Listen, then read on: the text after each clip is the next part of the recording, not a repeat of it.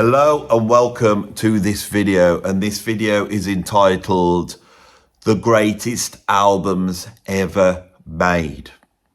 Part 1. This is going to be a series of videos that explores the idea of the album, looks at what the establishment thinks are great albums, comes up with a new criteria of what a great album is, and then comes up with a brand new list, which will be not the norm. I believe that in the past, when I've done this list, I've fallen into the same trap as everybody else of just assuming that there has to be a Beatles album there and the Pet Sounds has to be on the list. And that's what I have done. I think we all do it because these are the establishment view of what the best albums are out there.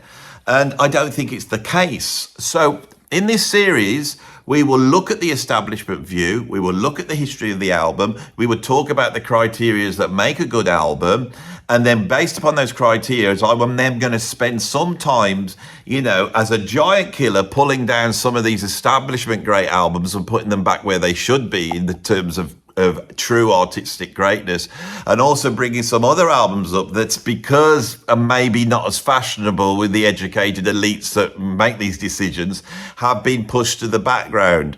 And as I'm doing this and going through some of the establishment great albums and digging them out of my collection, I'm going past albums and going, well, that album's just way better than the one I'm looking for. It is quite obvious to me on any criteria you use that the list that I have in front of me, which is the 20 greatest albums ever made according to Rolling Stone, is way off the mark. Now, the game we're going to play today is we're basically going to go through that list. So this is going to be the Rolling Stones greatest albums ever made.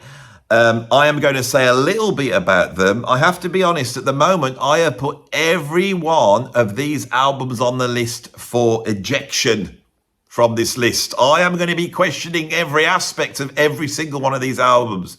Many of them are obviously not even the best albums by the artists that they represent, let alone the best in the whole time of the millions and millions of albums that have been made. Really, truly. So sit back, let's go through this 20 greatest albums according to Rolling Stone, which I felt was the most establishment magazine, which would bring in a sort of cool, ironic, post-punk critical view alongside something that is far more conservative. Rolling Stone seems to put these two things together, and an American view of this. Obviously, if this was British, we'd have Smith's albums on there and Joy Division, but we haven't got those. Right. I feel this is a very serious thing I'm doing here. I'm going to clean my glasses so they're clean. Of course, you can see I have put a shirt and tie on. I haven't tied a tie for a long time, so I don't think that knot's very good. But don't have a go at me. Don't judge me. I have tried my best here. If you want to know what tie I'm wearing, I'll show you it up close. It's pretty cool. It's got loads of little pussycats all over it, and I like that. So the pussycats are in evidence. I don't know what that means in the grand scheme of things. Probably nothing. Shall we start? Well, I'm going to do a little bit of an introduction to what an album is, because I think I've made this mistake. And the mistake I've made is to think that I can talk about recordings that were made in the 1920s and the 1930s. That is not what an album is. An album is a very specific thing, right? And once the album was created, it enabled us to make certain statements artistically, which you couldn't make with a 78. So I think the album is a thing in itself that we have to actually take on board, which means we are looking at an era that started when the long-playing record was invented, which was in 1948. And this was followed up by another big leap forward in terms of albums, which happened in 1957 when stereo recordings were now released as an LP. And I think this then elevated the long-playing record as being the sort of most luxurious musical item in terms of experience that you could bring into your house. More luxurious than the radio, more luxurious than television. And on a par with cinema, which was the overriding luxurious, high-quality art form. But you had to go to do that. This is the first time you had something that was panoramic and engrossing in your own home. The album era then we can see as lasting from 1965 to 2005. And that's not me, that is the official album era. So I'm going to be taking all these things into account. Now, if you read the Concise Dictionary of Popular Culture, Marcel Danassi comments that the album became a key aspect of the countercultural movement in the 1960s, with its musical, aesthetic and political themes. From this, the concept album emerged, with the era being called the album era. So I think there is a certain period of time where we have to take into account in our criteria musical, aesthetic and political, and that's the public facing part. There's also technical innovation and all these types of things. I'm going to try and rebuild from the bottom up to get a list that really will be the list. It will come, as I, you know, when I'm dead and gone, they will say that Andy Edwards, you look me up in Wikipedia, said he came up with the objective list of the greatest albums of all time, you know? So, there's a little bit of an introduction for you. Shall we just get straight into this? Now, I'm going to go through with them. Now, some of these albums I've never owned. Some of them, these albums I do own. Where I own them, I have them here and I'll be able to hold them up. When I don't own them, I won't hold them up. Some of these albums I did own, but I've actually got rid of them, which is a testament to the fact that if this is one of the greatest albums ever made, I didn't really seem to think so, because I ditched it in favour of something else or lost it or something like that. So that I am going to be adding into this list, the ones I have got, the why I haven't got them. And I'm not going to do any real giant killing, right? But I will give you an opinion about whether I think they should be on the list, and it'll be very quick and cursory, but I hope you enjoy it. So you're ready. We've done 7 minutes introducing this series, but this is going to be an epic series, I promise you. So here is the Rolling Stones top 20 greatest albums ever made. It comes from a list that actually got 500 albums on, but I've taken the top 20. I didn't want to go through all 500. It would have been a bit boring. At number 20, we have the album Kid A by Radiohead. Do I own this album? Well, I have to say sort of, yes, and this is going to make you laugh. This is my copy of Kid A. Yep, I do have a decent copy of it on mini disc. Right? I knew I had a copy of it because when the mini disc was a big thing, it was the only thing I listened to. Even if I bought a record, like a CD or a vinyl record, I would dump it onto mini disc. I liked it on mini disc. I like the fact that I could move the tracks around, and I like the sound of it, and I had a portable mini disc player, so that's why I did it.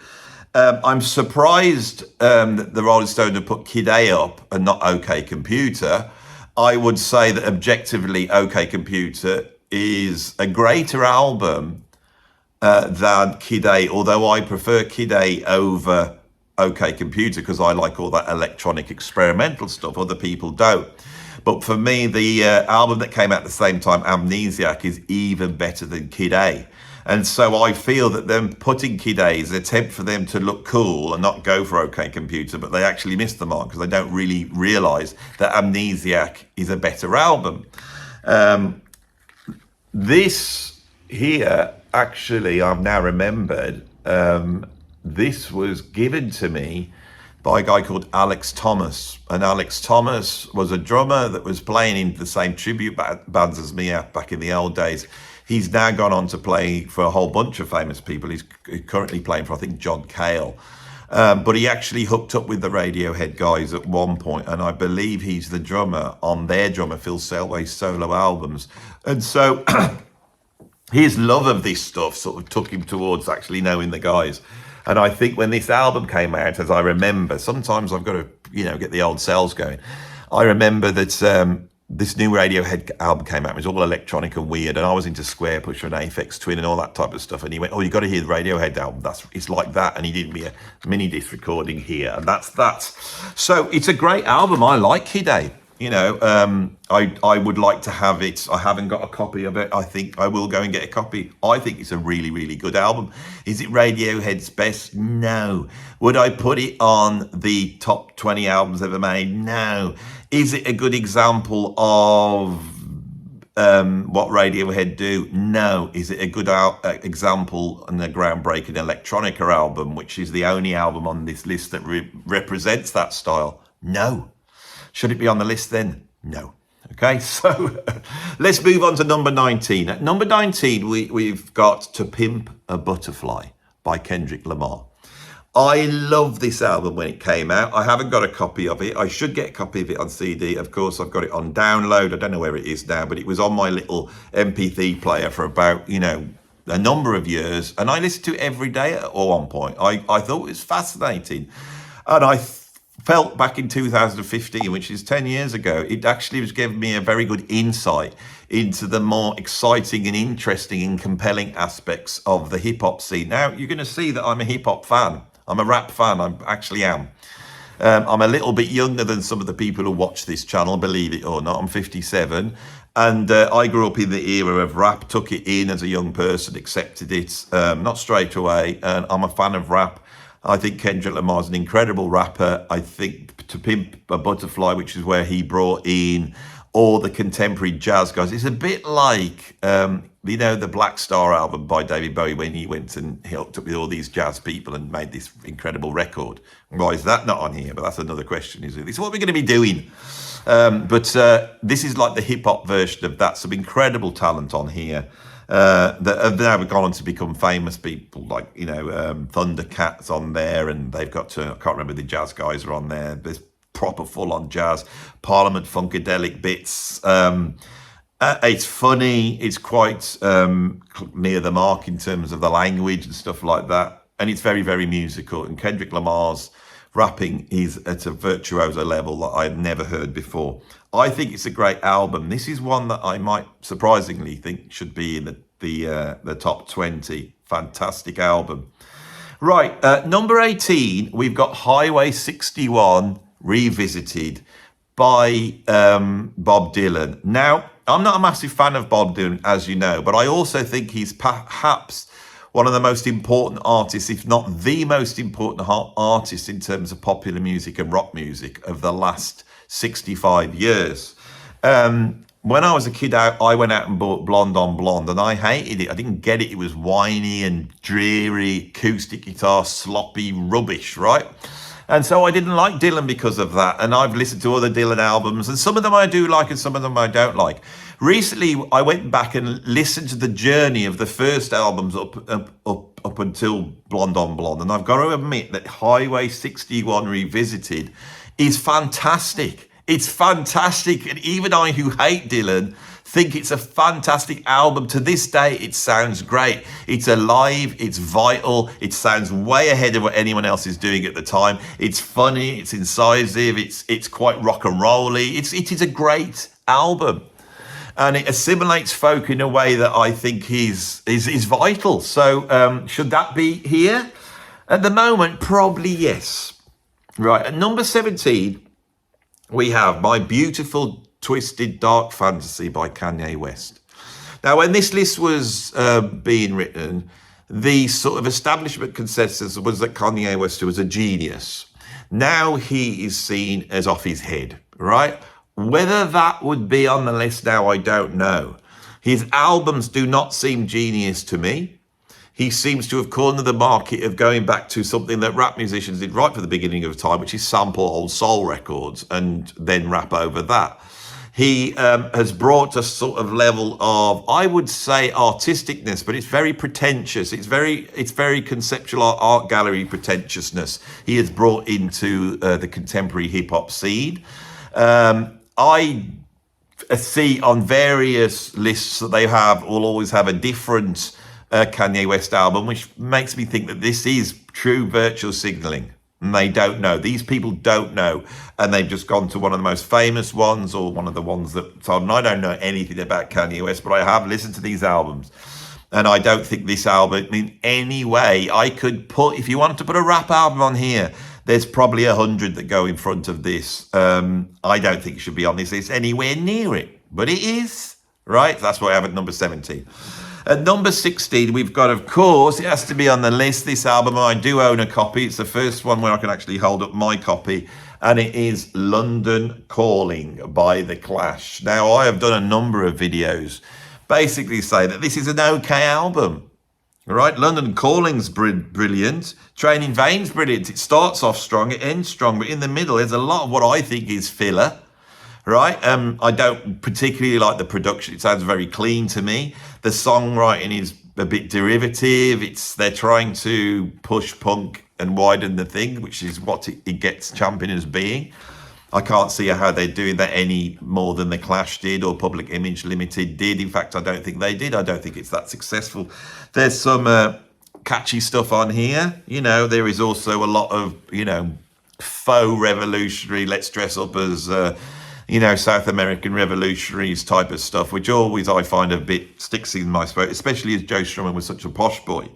That shouldn't make any difference in judging the album, but when I read the lyrics of Spanish Bombs, it just smacks of being incredibly pretentious, which of course punk was supposed not to be. This album I have been listening to for over 30 years. I bought it 30 years ago, and then I lost that copy. Then I went and bought this special one, The Clash Restored, Remastered, the original artwork, and I have worked at this. It's okay. It's not a bad album. You know, it's like if you were trying to get a collection of good punk albums out, you might put it on there. But I don't think it's even as good as Sandinista that followed up. I don't think it's as good. I don't think it's as good as the first Clash album, which does have a raw regression, which this album doesn't have. Of course, I have to say, the track London Calling is sublime. And I wonder how many times someone will go, this is a great album. The establishment say it, and then someone goes, is it a great album? They go and buy it. And if that first track's really good, they go, oh yeah, it is. I'm glad I bought that. Because you got to remember, this is one of those albums that we buy and we put in our collection, even though it's not something we like. We feel like we have to have it. We feel like we're doing some good by owning this album. That's what I used to feel like. Well, I want to divest myself of those feelings. I want to be true to myself and start championing the albums that I actually love and that I think were innovative, that changed the culture. And well, musically, and this is the most important thing, and this is going to be the great theme running through this, that are musically good.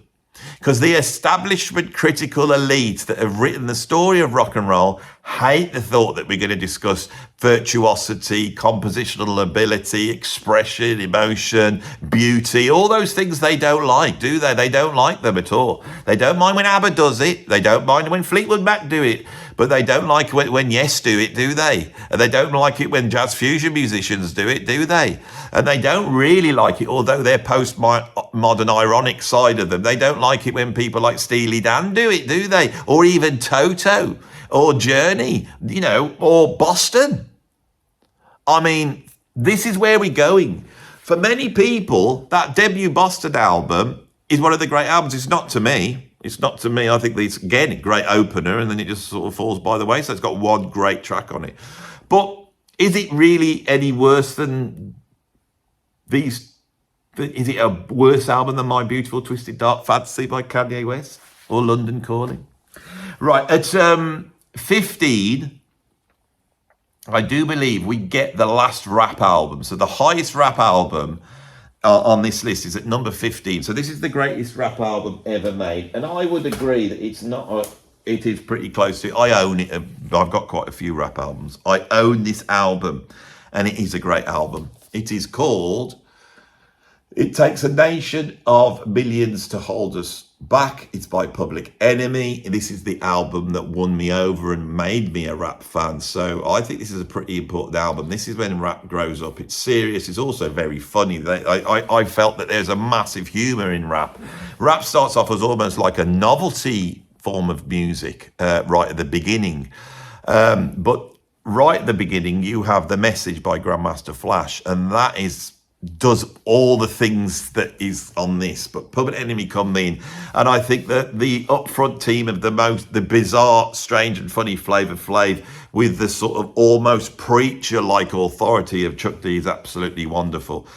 Countdown to Armageddon, Bring the Noise, Don't Believe the Hype. They're like three of the greatest rap songs ever made. We've then got She Watched Channel Zero, you know, Night of the Living Bassheads, Prophets of Rage. It's just an incredible album. But I have to say, right, just so you know, and you wonder, you know, why has Andy got that album, right? Is this really greater than that? Because this is the epic album. Look at it. It almost looks like a progressive rock album, doesn't it? This is the epic. And on here, we get like, you know, Burn Hollywood Burn. 9/11 is a joke. You know, what else have we got in here? Not quite the tracks, I would say. Now I'm looking at it. Fear of a Black Planet, of course. Fight the Power is on here, of course. And I would argue that this is as great. So why is this one up? Well, it's the idea that this came first. This is the groundbreaking one. So are we counting groundbreaking albums? Is that what we're doing? Because the guy that really put rap into the sort of serious groundbreaking thing, I would say was LL Cool J. So where's that album? Right, so I don't know. I have got a ton, you know, of Public Enemy albums. Not all of them. I think I've got them all up until Music in Our Message or whatever that one's called. Anyway, let's move on. Should that album be on? Yep, I think it could be. But it could be pulled down. If I can find a more important rap album to have in that place, it will get pulled down. At number 14, we have Exile on Main Street. I don't understand this at all. I don't understand why this is held in such high regard. I'm not a massive fan of the Stones, but when they are at their best, which for me would be on a track like Gimme Shelter or Jumpin' Jack Flash, they're as good as any band ever was. They are the archetypal rock band. And, you know, when they're great, I love them. I love Brown Sugar. I love It's Only Rock and Roll, but I like it. You know, I could put an album together of songs I absolutely love. And as they develop, they end up with this sort of swampy American sound, which is really cool, which of course they nailed on Exile, you know, on Main Street. And I understand that. The production's wonderful. And there's a couple of things on here that are absolutely wonderful. But for me, it doesn't have the songs. What's the song on here? Where is the Satisfaction? You know, where is the Gimme Shelter? Where are the songs on here? You know, this seems to be a band ensconced drugs, stuck in a studio, indulging themselves, and that indulgement that happened in the 1970s, which the Rolling Stones were never a part of, they were always in the visceral rock and roll end, comes out with this album, which is sprawling. If it was a single album, I don't think it would be any better. It's not the length of it. It's just the fact that the actual songwriting on here, I feel, is mediocre.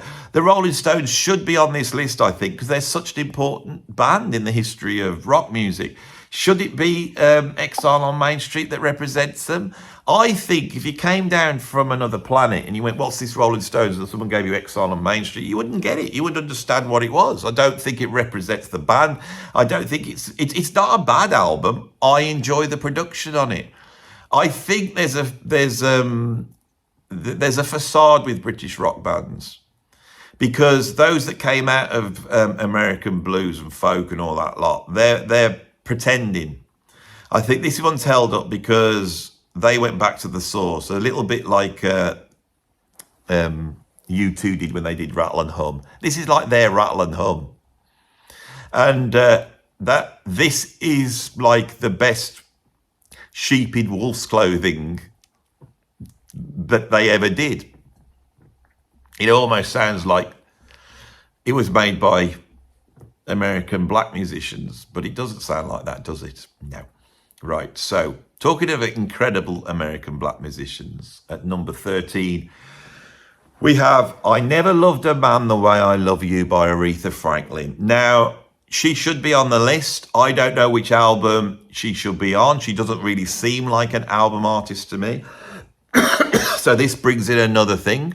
A lot of the sort of soul musicians that came up in the 1960s were much more single artists, and Aretha Franklin, you know, we could trawl out a whole list of incredible singles she made, you know. And if you put all those onto a greatest hits album, I would say that would be an incredible album. I basically, all I've got for Aretha Franklin, which probably contains most of this album, is a big box set of all the best stuff. Same as James Brown. Star Time is the greatest album by James Brown. Is James Brown on this list? No. Right, I don't think. Is he greater than Aretha Franklin? Well, Aretha Franklin is like, she is great. James Brown is as great. These are greats, right? I love them. I absolutely love them so much. I love James Brown. I love Aretha Franklin. This album's a fantastic album. If you're going to just pick one at random, it probably is the case. The quality is that good. I think there's an issue here with with artists or bands that are not album artists. They're going to suffer on this list. Do we take that into account? These are the questions that we need to ask in this series coming up. If you truly want to know what the 20 greatest albums are of all time, which is what we're going to end up with this series, you've got to stick with this. You've got to stick with this series. It's the only way to do it. I went away and I thought, this is the only way I can do this. I got to spend time, and I've got to go, like every album I've got to go through with blood, sweat and tears, and they're not going to get on, I tell you that. Or should they be, that first Blood, Sweat and Tears album? You know, pretty important album, I would have thought. But of course, it's jazzy and it's got a pop single on it, so we didn't see it on here. Maybe it should be considered. Anyway, Aretha, great singles. What's her greatest album? Maybe it's that one. At number 12, we have Thriller by Michael Jackson, the biggest selling album of all time. A killing album. Well, I was going to say not a bad track on there, but there's a couple of things that aren't that great. But on the whole, the quality is very high. And I think this is why it sold so much. The apocryphal story is, well, it's not apocryphal because Quincy Jones said it was true, is that they made the album and then they said, no, this isn't good enough. And they went back in and kept going until they got the tracks right. It's an incredible album.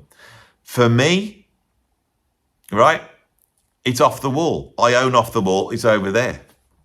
It's off the wall, actually. It's by the wall, but off the wall. He's over there. I got it because I was listening to it the other day. That's off the wall. I came in here to do some work and I went through all these albums and I went, what shall I put on that I actually want to hear and listen to? It's off the wall. I did own a copy of Thriller. I probably owned a couple of copies of Thriller.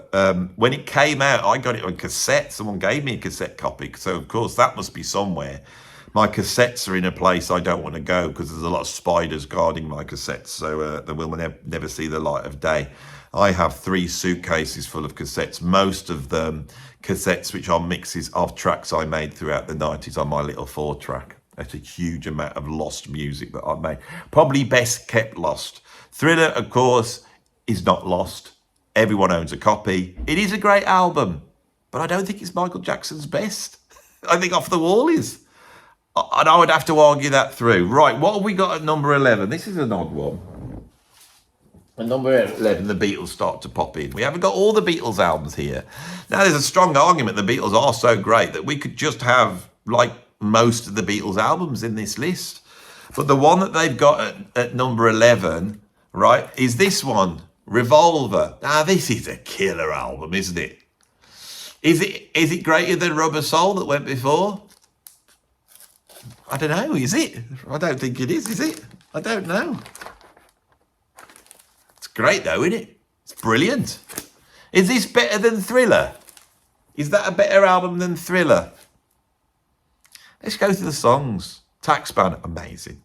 Eleanor Rigby, sublime, amazing. I'm Only Sleeping, amazing. Love to You, good. Here, There and Everywhere, amazing. Yellow Submarine, amazing.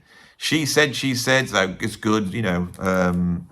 Good Day Sunshine, amazing. And Your Bird Can Sing, good. For No One, good. Dr. Robert, good. I Want to Tell You, good. Got to Get You Into My Life, great, but not as good as Earth, Wind and Fire's version. And the end, Tomorrow Never Knows, one of the greatest things ever made by humans.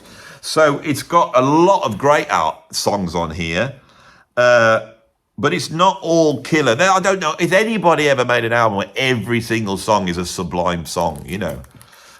This is a double album. Could they have got a single album out of this? I think they could have, couldn't they? Where every song is like not just amazing, but it's so famous that it's in the cultural DNA of Western society. Incredible stuff. Right, so I have really given this a big build-up. Yeah, it should be on the thing, but why not, Rubber Soul? Why not a whole host of other, Beatles albums that haven't made this list? Why that one? But according to this list, what we've got at number 10, which is just that bit, this album's just that bit better than Revolver. And that's The Miseducation of Lauryn Hill. One of the most dullest sort of R&B albums that come out in the 90s that was beaten by a whole host of artists, including Angie Stone, Erykah Badu, Jill Scott, Michelle Ndegeocello. There's a whole host. This was real middle of the road rhythm and blues for a certain, type of person that would buy one album a year. There's some good songs on there without a doubt. She's a great singer. I think the Fugees album's better than this. I do not understand how this gets squeezed above Revolver. This should just definitely not be on the list. I want to examine why it is on the list. Why is that album on the list, right? At number 9, we've got Blood on the Tracks. This is the last Dylan album on the list. So they believe that Blood on the Tracks is the greatest Dylan album. Many people do. Made in the early 70s, when he was past his prime in terms of being the important artist he was in the 1960s. I would say his first 5 or 6 albums are much more important than this album. But why this album? I'll tell you why. I've listened to it because it's listenable. Everyone knows that Dylan he's sort of not listenable, right? So why is he so popular? Of course he's important, but also he writes songs that students back in the 1960s could pick up an acoustic guitar to, and blokes could look windswept and interested by singing such songs to unsuspecting hippie type girls that they managed to lure into their halls of residence or whatever they were called in America. That's where the success is. This album I've listened to, I mean, I think people like it because it's listenable. I think everyone feels worthy when they listen to Dylan. I think that's the thing. Maybe I'm wrong. I can't see why this album's so important. And in terms of Dylan, Highway 61 Revisited should be above this. And Blonde on Blonde, which I can't stick, should be above this. This is not one of Dylan's great albums. Right, so let's move on. Number 8. We got this one and I own a copy. Purple Rain. I don't like this album. I love Prince. But this album, for me, is not his greatest album. It's not his second greatest album. He's not his third greatest album. Prince emerges in the late 70s and he's like the new Stevie Wonder. He can play all the instruments. He's an incredible musician. He's an incredible singer. He's got a great look. He can dance. He's the full package. He is the one. And he comes out doing this sort of post-Stevie Wonder album. And then he hits the 1980s and he starts to bring in pop production, sort of electronic elements. He also starts to make very sexualized, controversial lyrics, sort of taking a leaf out of you fellas, you know the guy. Super freak. That bloke. I don't know. God, I was talking about him at length on the video the other day. Now I will get this. I've got Dave Chappelle in my head saying his name. And I still can't remember his name. You know who he is. Anyway, which I hadn't gone down that bit. And this is a very punny mixture. And he makes a whole bunch of albums like Dirty Mind and Controversy. They're great albums. Then he manages to take the success he has had. He has a hit, doesn't he, with 1999, I believe. That's a really big album. And it sort of defines the production sound at that time. It's one of those albums.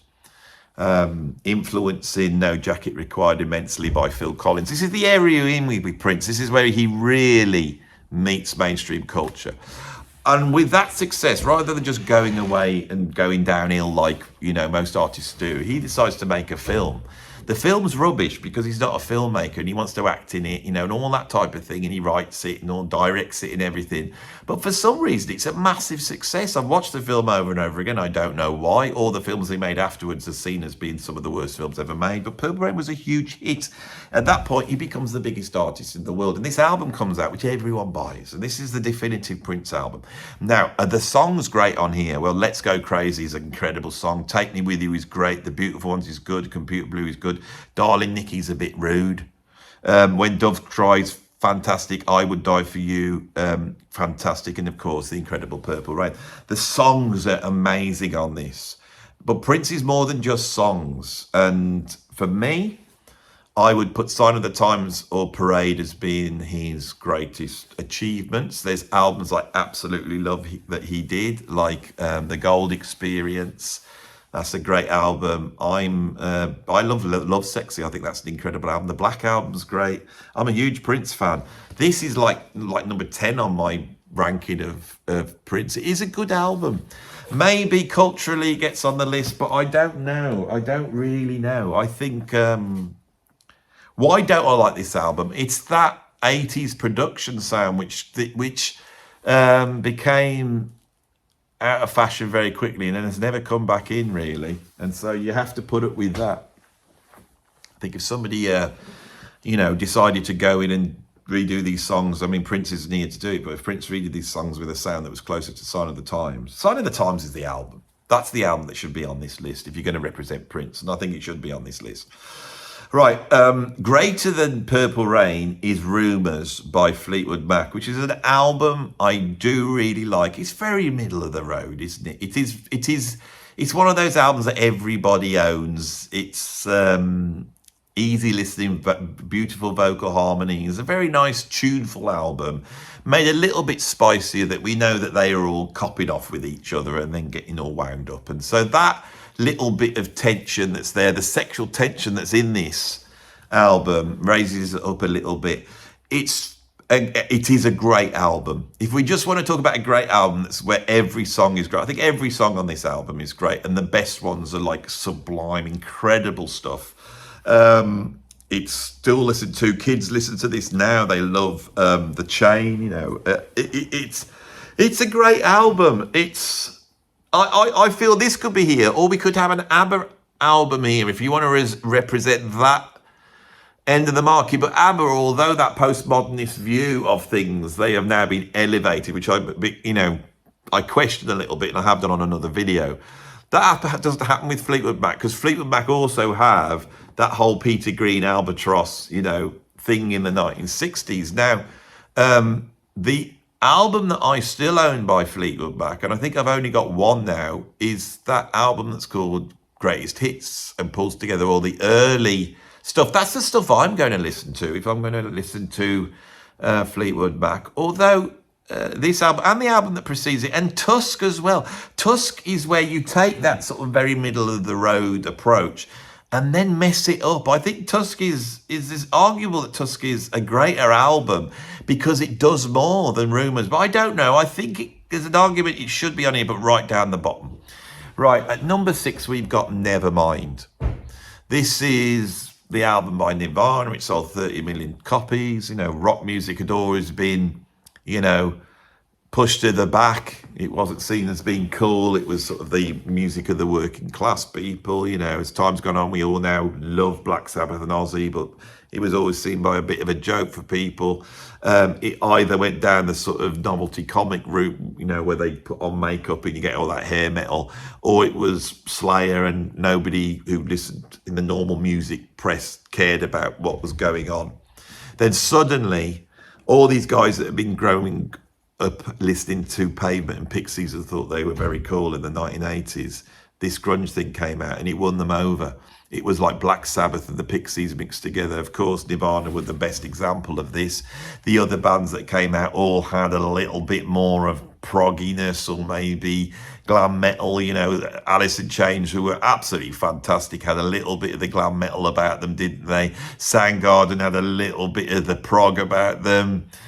Pearl Jam, they liked them because they had a bit of this sort of Americana thing. But Nirvana were like the poster band. They were a trio. Kurt Cobain was a very handsome guy, but also represented that whole grunge aesthetic. It was perfect. And suddenly something that was underground became mainstream, and it's remained mainstream since. The fact that it became mainstream seems to have tortured Kurt Cobain, who then shot himself in 1994, didn't he? It's a great album. The best songs on it are great. There is a little bit of filler. There's filler on most great albums. I think it's a great album. For me, I think it would have to be, for me, probably Super Unknown by Soundgarden. And Black Hole Sun is just incredible. Bad Motorfinger is incredible. There's you know, but this really does. I think it does. It ticks the box. It should be here. I think it should be here. But it did as much damage as good in terms of rock music. It did, and it begat the Foo Fighters, which are an abomination to rock. At number, we're getting close to our top 5. At number 5 on this list, we have this album, which is seen as being now, it never was when I was a kid, but is now seen as being the greatest Beatles album, their final album, Abbey Road. It is a wonderful album. When I ranked the Beatles, I expected to, you know, challenge the status quo. And I went through every single album. It took me 2 weeks. I listened to each album twice and moved on. I scored them with this thing. And when I got to Abbey Road, I thought, this ain't going to be the best album. Revolver's incredible. You know, Rubber Soul's incredible. And my idea of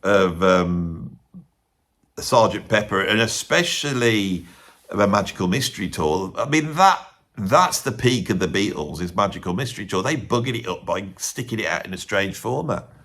But Strawberry Fields Forever, I Am the Royals. That's where the Beatles are at the peak. And so I didn't want to, you know, I wanted to champion those tracks and sort of be a bit of a giant killer to this album. And then I put it on. It's bloody amazing, isn't it? Come Together, amazing. Something amazing. Maxwell's Silver Hammer. It's great. There has to be one of those on the album. There always is. It's a bit laboured, you know. It broke the band up and all that. Oh, Darling's okay. That's good. Octopus's Garden is okay. I Want You. She's So Heavy. Okay. Here Comes the Sun. Amazing. Because amazing. You Never Give Me Your Money. You know. Then Sun King, Mean Mr. Munthink, Polytheme Sam. That whole thing. Golden Slumbers. All that bit is incredible. I've got to be honest, when I put it on and listened to it, I thought it was amazing. When I look at it and go through the songs in my head, it drops down for me. The Beatles have got to be in here. The argument is if we have more Beatles albums than... do we have more with Beatles albums than they've got? I don't know. That's how we solve it. I don't know. It's an amazing album though, isn't it? What's better than Abbey Road? Well, according to them, it's this one. Songs in the Key of Life. This is bloody amazing. This could well be the greatest double album ever made. And it even had an extra disc, didn't it? It had that collector's item, which had that something extra, the bonus record on it. That had 3 Day Sucker on it. All Day Sucker, sorry. Satin Ebony Eyes, All Day Sucker, and Easy Go and Evening. Now, I've lost my bonus album. I've just still got the double album. This is bloody amazing. But Stevie Wonder at this point, he's on a roll, talking book, fulfilling this first finale. Inner Visions. This one. That run of albums are all as great as each other. For me, the peak is Inner Visions. But this one is amazing. It really is an incredible album. God, look at the stuff that's on here. We've got jazz rock on here. This represents jazz rock, because where's the prog and jazz rock here? There's no prog on here, is there? That's interesting, isn't it? There's no prog whatsoever. And no jazz rock whatsoever. It's never going to make it. But on the track Contusion, we have some proper jazz rock. But Sajuk, I Wish, Pastime Paradise, Knocks Me Off My Feet, Isn't She Lovely, Black Man, As, you know, all these are incredible tunes. Absolutely incredible. A brilliant album. Absolutely amazing. I never liked the cover. Never got that cover. I want to see the whole cover when you open it out. I don't like that. It looks like they've stuck something up somebody's bum, you know, when they do that and they show you on the telly. Here we have now inserted the camera into the rectum, and as we can see, as we travel down the anal passage, we can see right at the light, there's a white light, and who's there? It's Stevie Wonder, and what's going to happen? He's going to come out of there like that, echoing out towards me. I never got that, to be honest. But he is blind, you know, he probably thinks the cover's great. Don't get into that area. So now we're on to the top 3 greatest albums ever made. At number 3, we have an album that I own, and I've lost it. I lost it many years ago. I went to a party and I had on me 3 albums that I carried around with me because I loved them so much. And this was one of these albums. It was with me. I went to the party and I left the bag there. And I lost the 3 albums that were in there. One album was Sacrifice by Praxis. The other album, I can't remember what it was, that one. But the one that killed me is if I lost my copy of Blue by Joni Mitchell.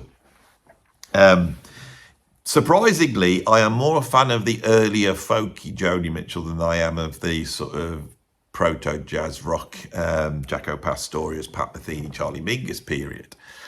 And of those early albums, I think they're all incredible. Blue does have a special place. This is a really, truly great album. I do think it's perhaps the greatest songwriter album ever made. It's a really good album, right? But there's always a but, and now I am striving at a but. What she did when she brought in those jazz musicians on Hejira may be even more groundbreaking than what's on here. That there's a sound there that goes beyond just the 1960s folk sound that Joan Baez and her and Dylan and Phil Ox all sort of explored.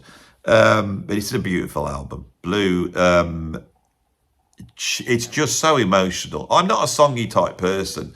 And when I'm a songy type person, I like my lyrics to be funny or incisive or, you know, a bit proggy. I don't mind a bit of dystopian lyrics. I don't mind all that. When people get all touchy feelings and start talking about themselves, I switch off a little bit. She does it properly here because she does not give herself any, she does not cut herself any slack.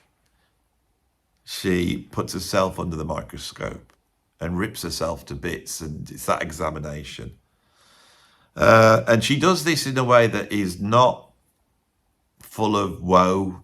There's no shame there. And she specifically says this on perhaps one of the greatest songs ever written, which is Little Green. I had a DVD, I've no longer got that, which was a documentary, big long documentary about Joni Mitchell, and told the story of Joni Mitchell in terms of her losing a child and her husband then buggering off, and then her being sort of lost as she went through life without this child, and she regretted it so much, going from one thing to the next, never being able to be rooted. And then when she gets to near old age, she gets back in touch, and at that point we almost see her creativity completely switch off because she's back with her daughter. And this embodies so much. It's such an incredible story, and it powers some of the greatest expression in 20th century music, and Blue is the peak of that. And on that album, the song Little Green, I find that very difficult to get through that without just bursting out crying. And so, you know, I haven't spoken about the other albums on here like this, but I would about this one. Right, what have we got left? At number 2, the second greatest album in history is that. It ain't. It's just not. It's a good album. It's an important album. Brian Wilson did a good job here, tried to take on the Beatles, nearly took them on, didn't he? When I open my copy up, just because I know I'm going to get this in the comments, here's my copy, and then slipped into here, there's my copy of Smile. Yes, that's what it looks like. I got this a long time ago before it was hard, when it was hard to get on. I've listened to all this. I like the Beach Boys. I like what they're doing on that. I don't think it's the second greatest album ever made. I just don't. I've done whole videos on it. I'm not going to get into that here, but this is what we're going to do. This one needs to be chucked in the list. People will just trot it out. It's become the great. Why? I want to know why. And I'm going to explore it. Not here. You'll have to watch this series. We're now going to be going deep into this. I'm going to be taking these albums, rubbishing them, finding out what's there, replacing them with other albums, trying to come up with a criteria and trying to stand back objectively and take this sort of overarching criteria that I will develop here seriously, taking the ideas that I developed with the superiometer. And it could be the superiometer needs to be dusted out. Dangerous though it is, and it should never be used. Now, if you want to know what the superiometer is, I ain't going to tell you. You can go off and search and find out. Come on, superiometer then. Do your thing. It's calculating. It's calculating. Oh, it's getting a bit wobbly. It's... Oh! Yes! There we go. So... this has been a bit of a real beat up by the Beatles. They've come out with 7 points, and Led Zeppelin have only come out with 3 points. But it's a thing of power, and would be able to come up with an objective list here. But I don't think objectivity is all that's it's cracked up to be. I don't. And I think I need to try here on this series to really bring together the idea that there is my view and there is your view and then there's everybody's view and the worthiness of that. Of course, I'm a musician. I'm a skilled, trained musician. I've studied music.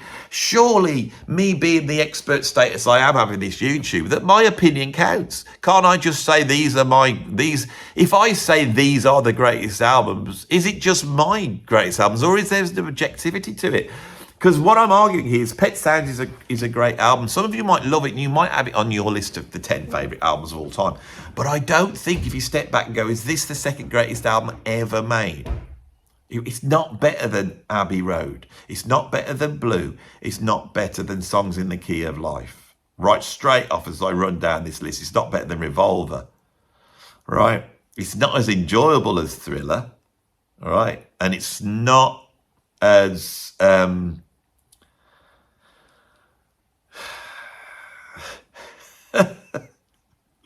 I was going to make a joke about Exile and Main Street, but it's better than Exile and Main Street. I couldn't be asked. Right, so what the hell's at number 1 on Rolling Stone's list? What is it? Right, fanfare everybody. And the greatest album ever made is What's Going On by Marvin Gaye. What an album this is. Absolutely incredible. There he is, handsome Marvin Gaye with the silky, beautiful voice, a product of Motown. Motown was this poppy thing, you know, Berry Gordy, what his name is. He just wants to have hit records. That's all he cares about. He doesn't care about politics. And then you have Marvin Gaye, he's all frustrated. Berry, I want to make a political album. You can't make a political, but I want to. Other people have made political albums, but not someone like you, Marvin. Not someone like you. You need to be doing Heard It Through the Grapevine and stuff like that. I'm not listening to you, Berry. I'm going to go in and make the greatest album ever made. So he goes in, you get some musicians, James Silent bass, doing all those amazing bass lines, and he writes all these incredible songs like What's Going On and Mercy, Mercy Me. And anyway, the album comes out and it's the best album ever made. Not just the greatest soul, rhythm and blues soul album. It's great. I mean, it's greater than this.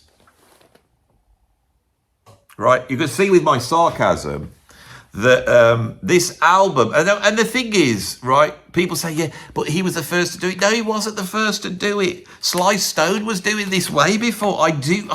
What it is, right, is that this album is it's political. It's the perfect mixture for Rolling Stones to get to number 1. I'll tell you why. Number 1, it's political. And when you're political, that gives it more worth. But 2, it's middle of the road like Rumours, right? It's very easy listening. It doesn't upset anybody. 3, he's black, right? And they have to have people who are black on this list. That's why it has got here. And there is this idea to them, which is black music. And black music is special in the grand scheme of things, right? All this sort of virtual signaling, identity politics, liberalism undercuts these. Now, I'm not against any of that. You can tell with the choices that I pulled up and held up that I'm a much bigger fan of what we could call black music than I am of rock music, you know. And all the albums by black artists, I've said this is an amazing album, you know, and this is an amazing album. That's why I own it. I don't own this because I felt I should buy it like bloody Pet Sounds or London Calling. I bought this because I love it, right? But I tell you what I love more. I have the best of Marvin Gaye. It's a double disc best of, and it's got all the stuff, and there's a whole raft of incredible stuff there all the way through. And I think when he's at his best, right, those songs like Let's Get It On, Heard It Through the Grapevine, the real sublime songs are on this album. What's Going On is great. What's Happening, Brothers, good. A bit throwaway. Flying High in a Friendly Sky, really good. Save the Children, goes on for a bit. God Is Love, just a throwaway thing. Mercy, Mercy Me, great. Right On, like a little bit of an epic. Inner City Blues, I like. I do love this album. I love it in the same way that I love Superfly, like by Curtis Mayfield. I don't love it as much as I love Winter in America by Gil Scott-Heron, which I think is a greater album. And I think Gil Scott-Heron's first album, The Revolution Will Not Be Televised, that's the album. This is where I'm coming from. So what have we established on here? The vast majority of the albums on this list should not be here as far as I'm concerned. Right, the ones that are here should, on the whole, be occupying a much lower level, with maybe other albums from those artists replacing the albums that they've chosen. But there is a whole host of space to put other music in. Now, what are we going to be looking at? Well, on the next video, I think I'm going to go through the history of the album, and I'm going to try and determine why albums are so important and look at this idea of the album era. And we're going to have that as that extra X criteria, because we're going to judge the best albums, not the best artist, not the best records with great songs on it, the best albums. And that album means that every song's got to be great, but it's got to have, as Marcel Danassi says with his quote, it's got to have these key countercultural aspects to them, which is the musical aspects, the aesthetic aspects, and the political aspects. And by politics, I don't mean just what Marvin Gaye is doing here, but sometimes countercultural can be a new way of seeing the world. It can be utopian or it can be dystopian. It can paint pictures in your mind. And it can be influential. And I think influence, innovation, record sales, the musical innovations, the virtuosity, the production skills being used should be on here. And what is glaring on this that has omitted straight away without me really starting to go in, but where do I start looking at this? I like, where's Frank Zappa? Where's Kraftwerk? I'm not a huge fan of Kraftwerk, but they are the only band that's more influential than the Beatles. Where's Trans Europe Express by Kraftwerk? That should be on here, right? Where is the prog? Where's Dark Side of the Moon? I've known people go out and go, what's this Dark Side? And they buy it, and I take it away for the weekend. When I see them, it's like they're coming like, oh my God, what the hell was that? I'm not a prog fan. And then, well, you want to get into Tales from Topographic Oceans, but that's going to be too much for you. And being too much for normal people, do we factor that in? What about things like Captain Beefheart? Where does he fit in this? What about James Brown? What about metal? Where the hell's Black Sabbath? Where the hell's Led Zeppelin? Right, so this is going to be an interesting trip. We're going to look at the history of the album. We're going to try and create some idea of a criteria.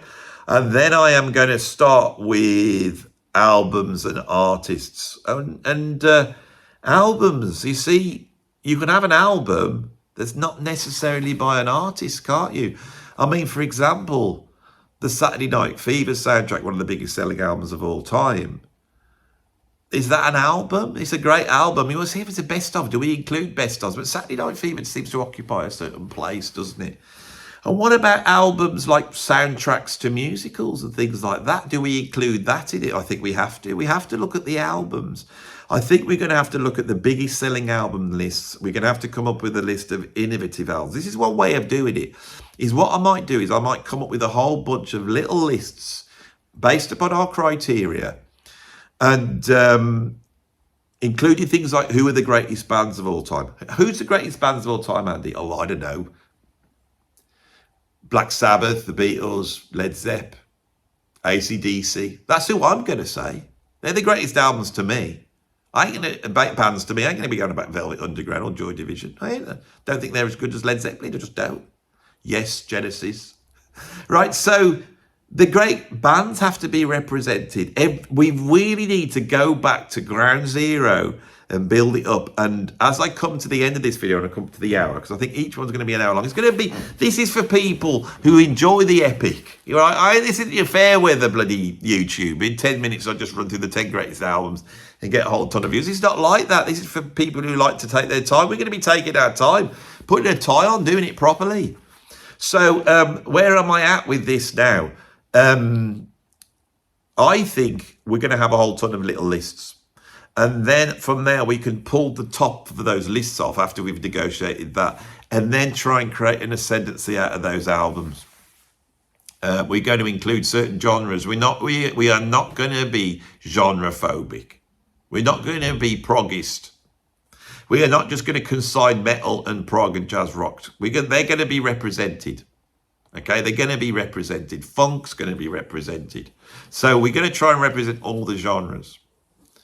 Right, we are not going to kowtow to that sort of liberal 1980s postmodernist, elitist,